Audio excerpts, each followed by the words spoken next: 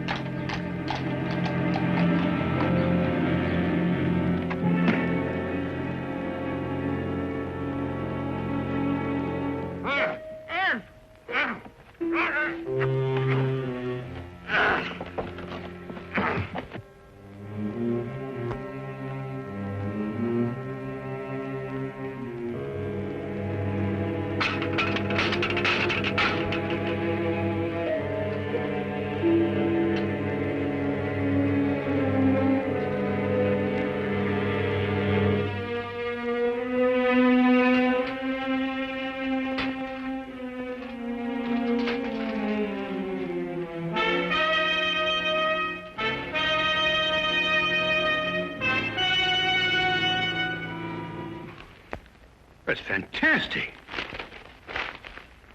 Absolutely fantastic. Oh? Well, first the gold seal from Edinburgh Castle, and then naval secrets from the Admiralty, and now Queen Elizabeth's jewels. What in thunder is Scotland Yard doing? Dunno. Well, it makes chills run up and down my spine. There's no clue to any of the thefts. You must have some ideas on this case. Huh? What are you doing, anyway? Research. Research? Holmes, do you realize this gang has been helping themselves to state secrets and national treasures? Have they really? Oh.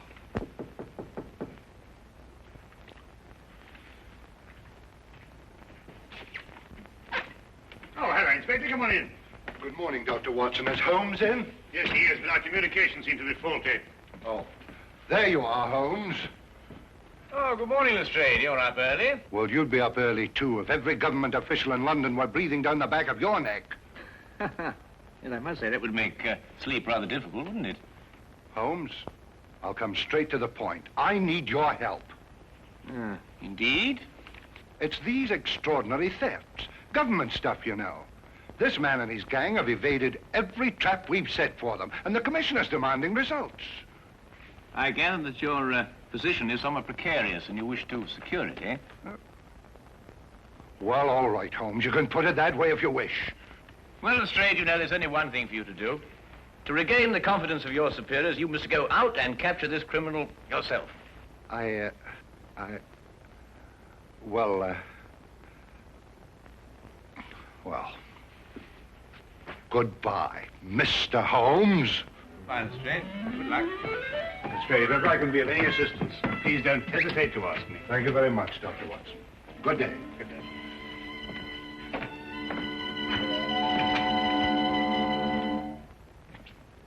How could you do that to him? He did everything but beg you to help him. Well, it's the Yard's job to solve these cases. Besides, I'm always giving him help. I should have thought if you wouldn't do it for Lestrade, at least you'd remember the security of England's being menaced by this criminal. Now, look, I know you're pressed, Holmes, but you don't seem to realize that... That's a special blend of tobacco, Watson. You wouldn't like it. I'm sorry, Watson. I didn't mean to upset you. Oh, no, not at all. You just startled me. Sorry. Really. I'm just going out for a walk in the fresh air. Oh, yes, well, goodbye, Watson. Enjoy your walk.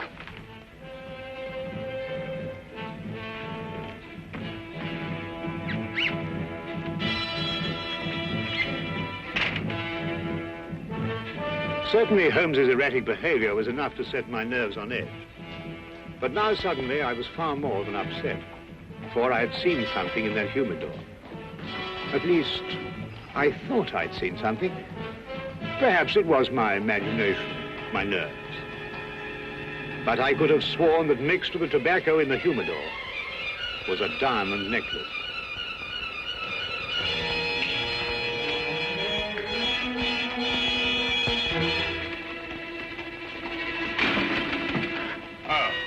You just going out? Yeah, you just going in? No, I'm just strolling about. Oh, that's nice. Well, I have an appointment. Oh, I say, would you like me to stroll along with you?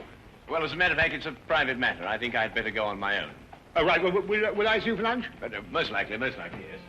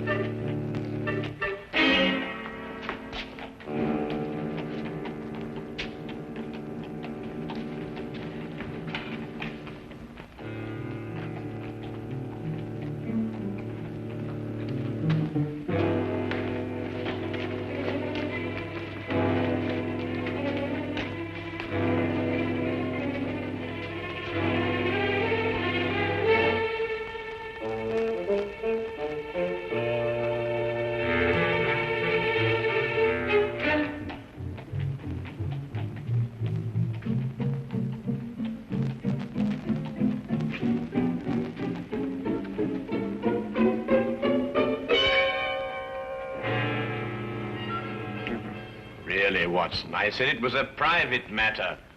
No, Look, I don't want you to think that I... Holmes, you must... No. Well, shall I be seeing you at lunch? I believe we've already discussed that. Yes, we already...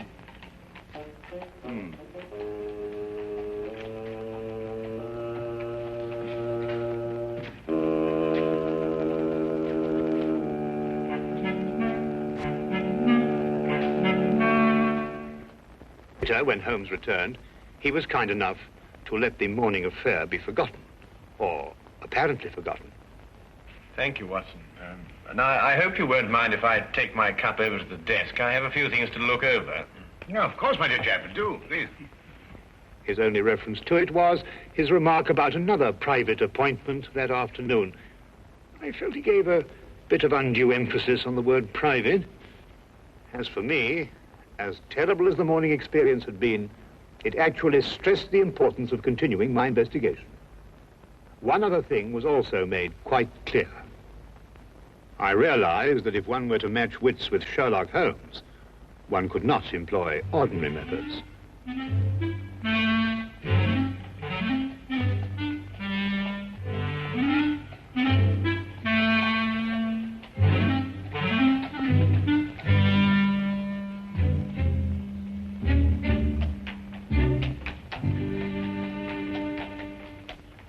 Charing Cross Station, please. I'm sorry, sir, this cab's engaged. That's all right. I'll double your fee. I'm sorry, sir, this cab is not available. But Melinda and I, we're eloping. We don't have time to, I'm very sorry, young man. I'll triple your fee. For the third and last time, young man, will you kindly go and elope with somebody else? Nobody understands us. Not your father or my mother, nor this cabbie. Come, Melinda, we will fight the world together. But we will prove our love.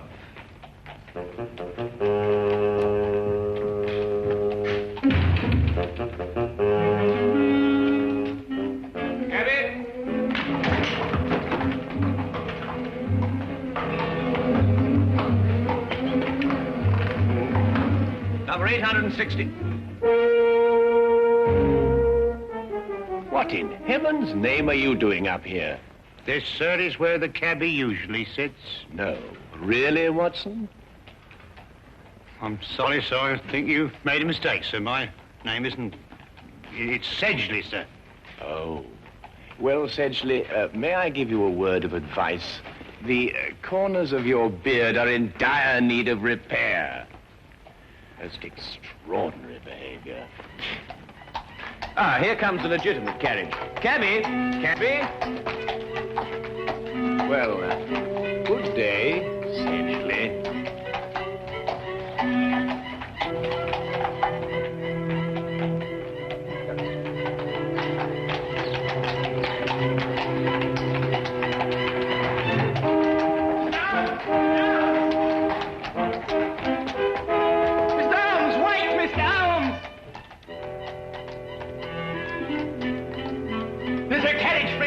Yes, sir, yes. Good. 816 Bleak Street. And get a move on, I gotta catch that gent what just took off. Get in, sir. 816 Bleak Street. Right you are, sir. Right.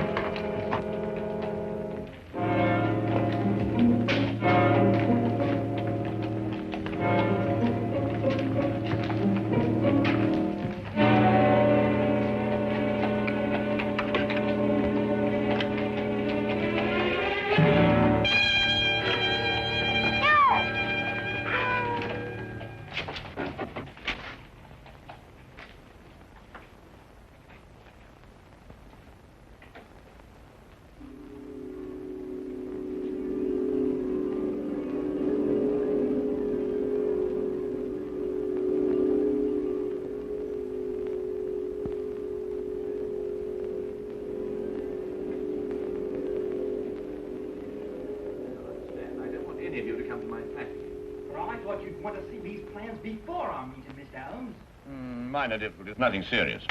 Now, Miss Ames. Yes, Mr. Holmes? I want you to take 15 paces to the right and 10 to the left. You must all remember that the first requisite of being a good thief is capable planning. As the newspapers have said, we are the most successful thieves England has ever known.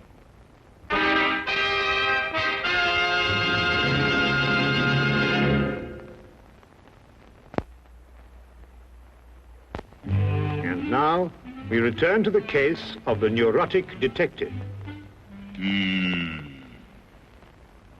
Repressed hostilities against society. I don't think Holmes will allow any probing. Not willingly, anyway. If only you could meet him ostensibly on a non-professional basis. If I could say you were a friend of mine. Excellent suggestion. Now, why don't you come to dinner? I could say we were friends from my student days. What are you having for dinner? Oh, well, never mind. Yes, I should be delighted. Right then, fine. I'll expect you at 7 o'clock at my flat, which is 221B Baker Street. I shall be prompt. I hope something can be done. Mr. Holmes's problem is really a very simple one. With skilled fingers, I shall mold him as one does a piece of clay. Good night. Good night.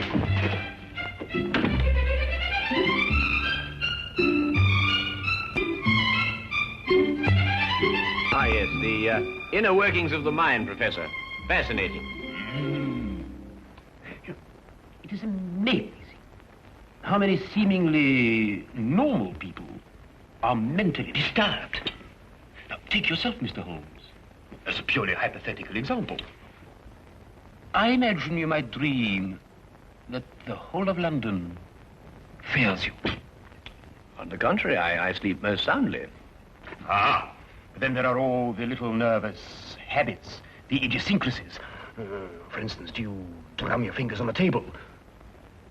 Do you ever pull the lobe of your left ear. Now, you know, it's interesting that you've mentioned those things, Professor, because I've observed that you have 3 half-smoked cigars in your coat pocket, that your shoes have lifts in them to give you greater height, and that your fingernails are bitten down to the quick. Of course, hypothetically speaking, I suppose you're what one would call an erratic man. Observe the 3 half-smoked cigars. You're also a very vain man. Observe the lifts in your shoes. And more than that, you're a very, very insecure man. Observe the fingernails. I also observed that you've mangled 3 pieces of bread and that you've hacked your roast beef with a more than culinary vengeance. Offhand, and without prejudice, mark you, I'd say that you're suffering from some very deeply repressed hostilities against society. Yes, very deeply repressed indeed. Professor, where are you going? You must excuse me.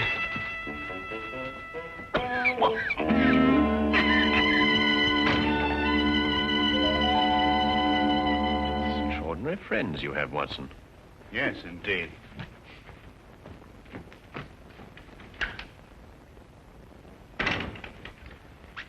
Say, he's completely disappeared. Oh, it's just as well anyway. I've got to go out myself in a few minutes. Oh, really? A private matter? Oh, didn't I tell you, Watson? I've been invited to a reception in honor of the new Turkish ambassador. At the embassy? No, as a matter of fact, my dear fellow, it's at the house of our Minister for Foreign Affairs. Oh.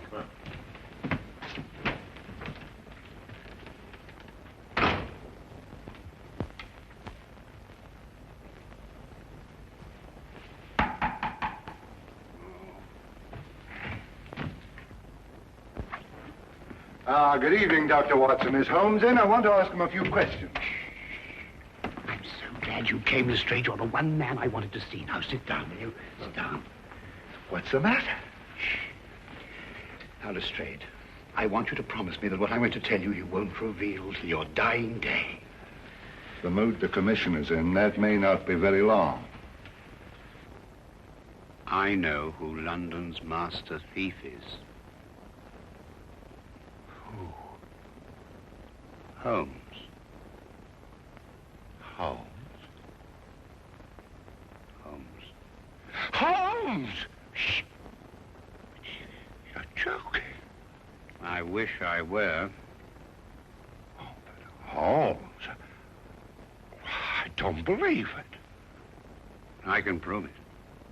But that's not the point. The thing we've got to do is to stop Holmes, whisk him away and put him in a home somewhere. Yeah, but... Holmes? Oh, hello, Lestrade. I didn't know you were here. Oh, I, just happened to be in the neighborhood.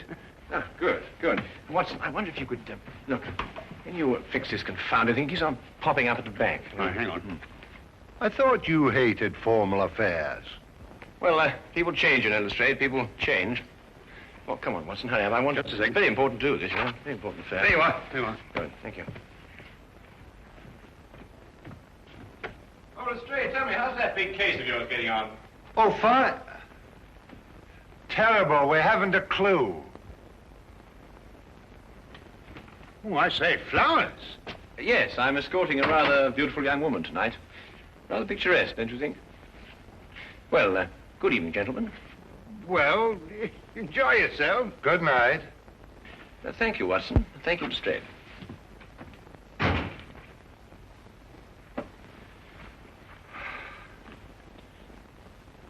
We knew what he was going to do. Let's look at this as Holmes would have... Well, I mean, when he was normal. You know, those formal clothes are very odd. Well, he was invited to a reception at the house of the Minister of Foreign Affairs. Big diplomatic thing. Yes, but ordinarily stay miles away from a thing like that. Therefore, perhaps he has a special reason for going. Perhaps.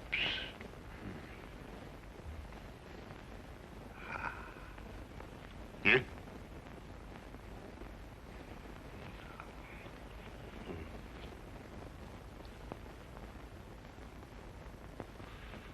Official papers of state. Secret documents. In the minister's safe. Hurry, Watson. He won't slip away this time. You know, Lestrade, I've never been so unhappy in my life.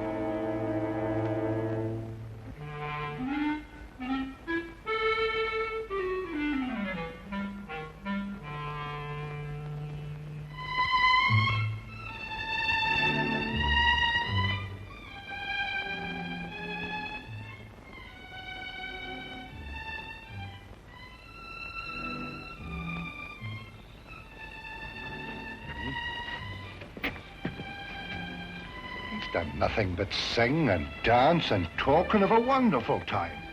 My feet are killing me. Where does the minister keep you safe? In his study. Well, we better get over there right away and be prepared for anything. I think the danger will increase now that the party's nearly over. You're right, Watson. Let's go.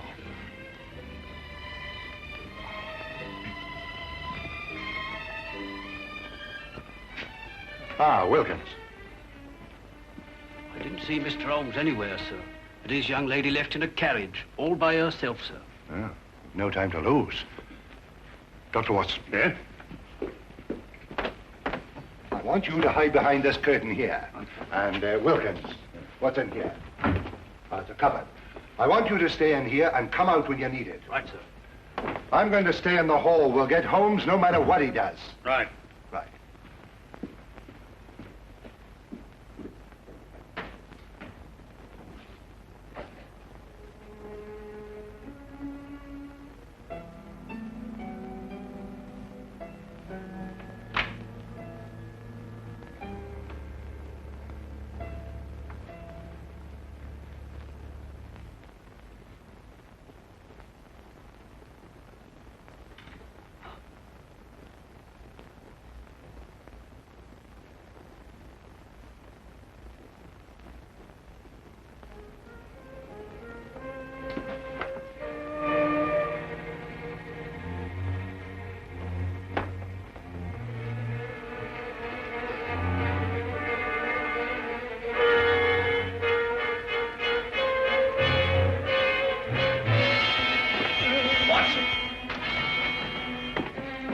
Found this chap sneaking around outside, Mr. Holmes.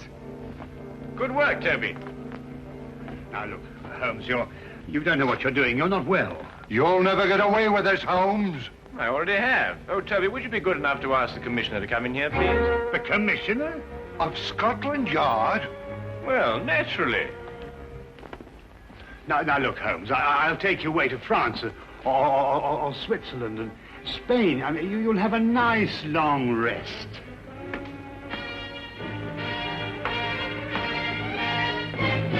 There you are, Commissioner. Splendid work, Mr. Holmes, splendid. Commissioner? You too? What are you talking about, Lestrade? And put your hands down. You're not in any danger. Yes. Mr. Holmes, all Britain owes you a tremendous debt of gratitude for this magnificent service. Service? Dangers? What on earth are you talking about? There had been a great deal of unrest in recent months regarding the adequacy of the measures employed to guard many of our national treasures and government secrets.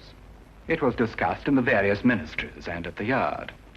It was finally decided that we would put ourselves to a test. Mr. Holmes was hired as a most worthy adversary to our security. The results were most enlightening. A far tighter security system has already been planned. Working for Scotland Yard? But Holmes, why didn't you tell me? Because the only true test could be obtained by keeping the utmost secrecy. Every personal reaction had to be genuine. The men from Scotland Yard were told nothing because they too were being tested. It was essential that everyone believe these thefts in order that the test could be accurate and worthwhile. And the reactions were most amazing at the Yard. And to think, Watson, you didn't trust me. Oh, I say, look here, Holmes.